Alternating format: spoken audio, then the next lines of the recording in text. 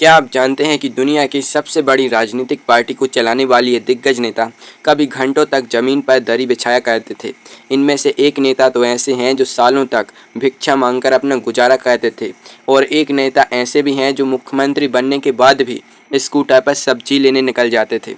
आज आप जिन्हें टीवी पर बड़ी बड़ी भाषण देते देखते हैं, उनकी शुरुआत एक साधारण सी शाखा से हुई थी।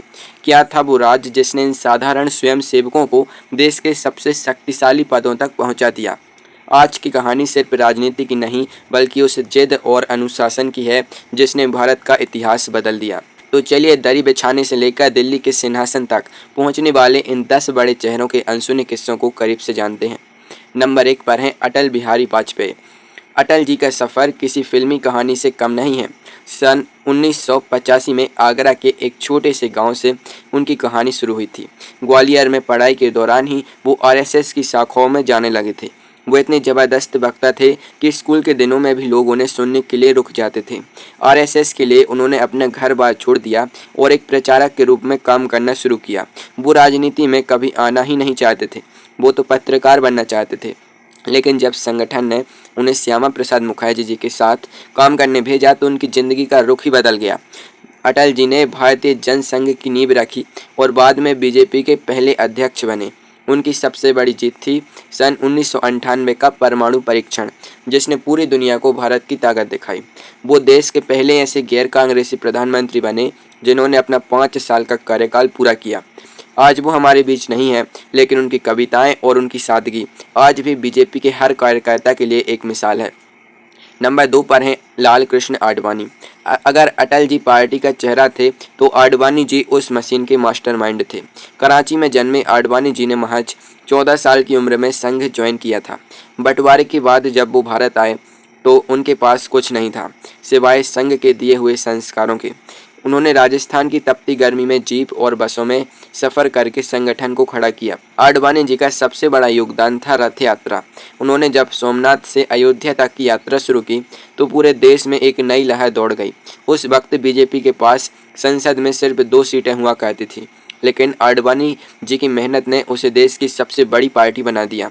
वो देश के उप प्रधानमंत्री बने और आज वो राजनीति से रिटायर हो चुके हैं, लेकिन पार्टी का हर बड़ा फैसला आज भी उनके आशीर्वाद के बिना अधूरा माना जाता है। नंबर 3 पर हैं नरेंद्र मोदी। प्रधानमंत्री नरेंद्र मोदी की कहानी तो संघर्ष की सबसे बड़ी मिसाल है। बड़नगर की गलियों में चाय बेचने वाला एक छोटा सा लड़का सुबह सुबह संघ की शाखा में पहुंच जाता था। महज 17 साल की उम्र में उन्होंने अपना घर छोड़ दिया और पूरे भारत का भ्रमण किया। इसके बाद वो संघ के प्रचारक बने। मोदी जी की खास बात ये थी कि वो काम को बहुत बारीकी से करते थे। वो दफ्तर में झाड़ू लगाने से लेकर बड़े बड़े कार्यक्रमों की प्लानिंग तक सब खुद देखते थे। सन 2001 में जब गुजरात में भूकंप आया तब संगठन ने उन्हें मुख्यमंत्री बनाकर भेजा। वहाँ से जो सफ़र शुरू हुआ वो आज दुनिया के सामने है। आज वो भारत के प्रधानमंत्री हैं और लगातार तीसरी बार सत्ता संभाल रहे हैं। उन्होंने धारा 370 हटाना और राम मंदिर बनवाना जैसे वो काम कर दिखाए जो दशकों से नामुमकिन माने जा रहे थे। नंबर 4 पर हैं अमित शाह।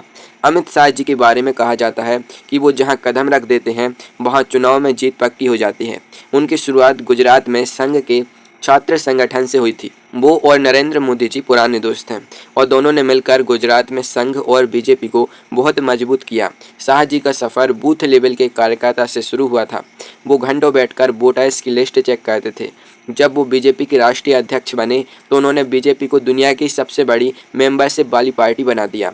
आज वो देश के गृह मंत्री हैं और देश की आंतरिक सुरक्षा और कानून व्यवस्था को बड़े कड़े तरीके से संभाल रहे हैं। कश्मीर से लेकर नॉर्थ ईस्ट तक की शांति में उनका बहुत बड़ा हाथ माना जाता है।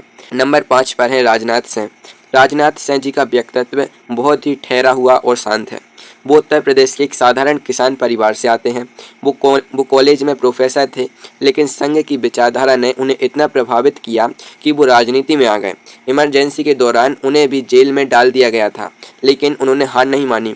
राजनाथ सिंह जी उत्तर प्रदेश के मुख्यमंत्री रहे, बीजेपी के 2 बार अध्यक्ष रहे और आज वो देश के रक्षा मंत्री हैं। उन्होंने भारतीय सेना को आधुनिक बनाने और बॉर्डर पर सड़कों का जाल बिछाने में बहुत बड़ा काम किया है। वो एक ऐसे नेता हैं जिनका सम्मान विपक्ष के लोग भी कहते हैं। नंबर 6 पर है नितिन गडकरी।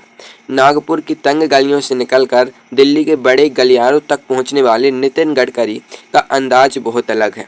वो बचपन से ही संघ के स्वयंसेवक रहे और नागपुर में उन्होंने जमीन पर रहकर काम किया।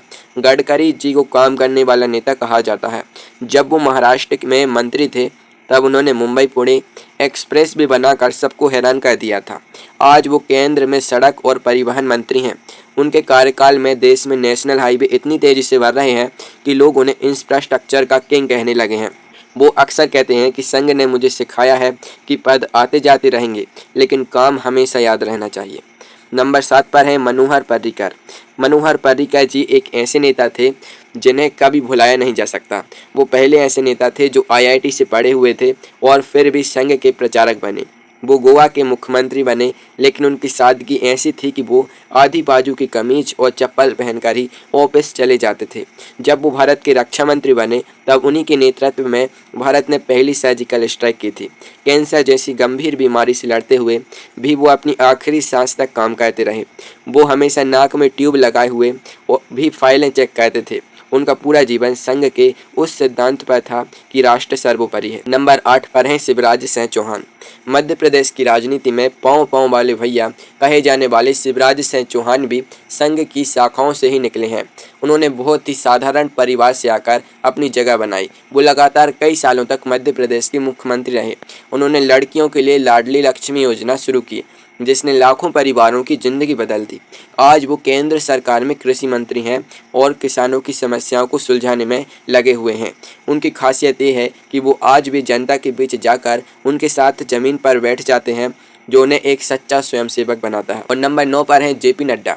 JP नड्डा जी का जन्म बिहार में हुआ, लेकिन उनकी कर्मभूमि हिमाचल प्रदेश रही। उन्होंने अपनी कॉलेज लाइफ में ही संघ के साथ काम करना शुरू कर दिया था। वो बहुत ही अनुशासन प्रिय नेता माने जाते थे। नड्डा जी ने स्वास्थ्य मंत्री के तौर पर आयुष्मान भारत जैसी बड़ी योजना को लागू करने में मदद की। आज वो केंद्रीय मंत्री हैं और इससे पहले वो BJP के राष्ट्रीय अध्यक्ष भी रह चुके हैं। उनकी सबसे बड़ी खूबी ये है कि वो पर्दे के पीछे रहकर संगठन को बहुत मजबूती से चलाते हैं। और नंबर 10 पर हैं देवेंद्र फडणवीस। महाराष्ट्र की राजनीति का चेहरा बन चुके देवेंद्र फडणवीस का परिवार दशकों से संघ से जुड़ा रहा है। वो बहुत कम उम्र में ही नागपुर के मेयर बन गए थे। फडणवीस जी को अपनी याददाश्त और कानून की जानकारी के लिए जाना जाता है। वो महाराष्ट्र के मुख्यमंत्री रहे और वर्तमान में वो राज्य के उप मुख्यमंत्री के पद पर हैं। उन्होंने मुंबई के विकास और किसानों के लिए कई बड़े प्रोजेक्ट्स शुरू किए। वो दिखाते हैं कि कैसे एक युवा नेता संघ के संस्कारों के साथ आधुनिक राजनीति को भी बेहतर तरीके से चला सकता है। अब आपके लिए एक सवाल, इन 10 नेताओं में से आपको किस नेता का संघर्ष सबसे ज़्यादा प्रेरणादायक लगा? और क्या आपको लगता है कि एक अच्छे नेता के लिए किसी ज़मीन से जुड़े संगठन का अनुभव होना ज़रूरी है? अपनी राय कमेंट्स में ज़रूर बताएं और अगर आपको वीडियो पसंद आए तो लाइक करना ना भूलें।